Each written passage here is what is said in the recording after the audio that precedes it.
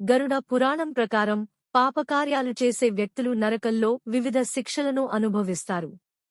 ఇక్కడ కొన్ని ముఖ్యమైన నరక శిక్షలు. 1. తమిశ్ర మోసగాళ్లు, ఇతరులను మోసం చేసి ధనం పొందేవారు. శిక్ష: యమదూతులు దెబ్బలు కొడతారు. అతి తీవ్రమైన అంధకారంలో ఆకలితో, దాహంతో బాధపడతారు. 2. అంధతమిశ్ర, ఇతరుల సంపదను లాక్కునేవారు, విశ్వాసఘాతకులు.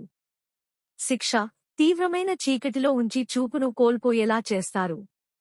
3. రౌరవం, అమాయకులను హింసించేవారు. శిక్ష: పెద్ద పెద్ద సర్పాలు కొరుకుతూ పీడిస్తాయి. 4. మహారౌరవం, బలవంతంగా ఇతరుల ఆస్తిని ఆక్రమించేవారు. శిక్ష: అగ్నిలో ఉండే క్రూరమైన జంతువులు తినేస్తాయి. 5. కుంభీపాకం, పశువులను హింసించి వాటిని తినేవారు. శిక్ష: వేడిచేసిన నూనెలో ముంచి మరిగిస్తారు. 6. కాలసూత్రం, పెద్దలను, ఋషులను అవమానించేవారు.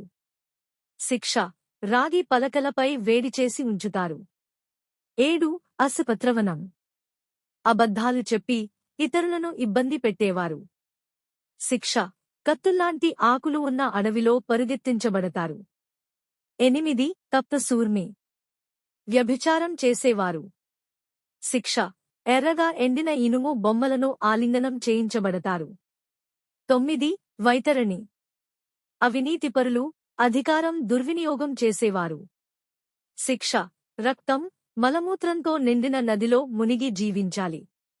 10. పూయోదకం, ధార్మిక గ్రంథాలను అవమానించేవారు. శిక్ష: చెదలు, పురుగులు నిండిన బావిలో ముంచుతారు.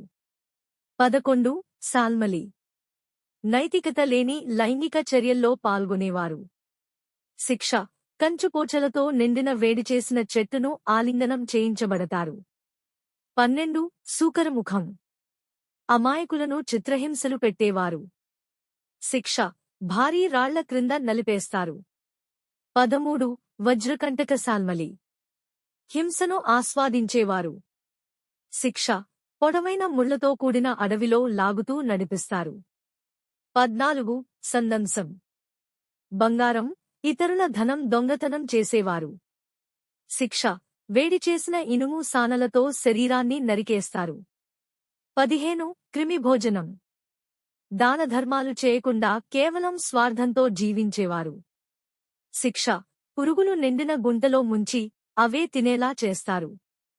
గరుడ పురాణం ఈ శిక్షలను వివరించి ధర్మమార్గాన్ని అనుసరించాలని బోధిస్తుంది.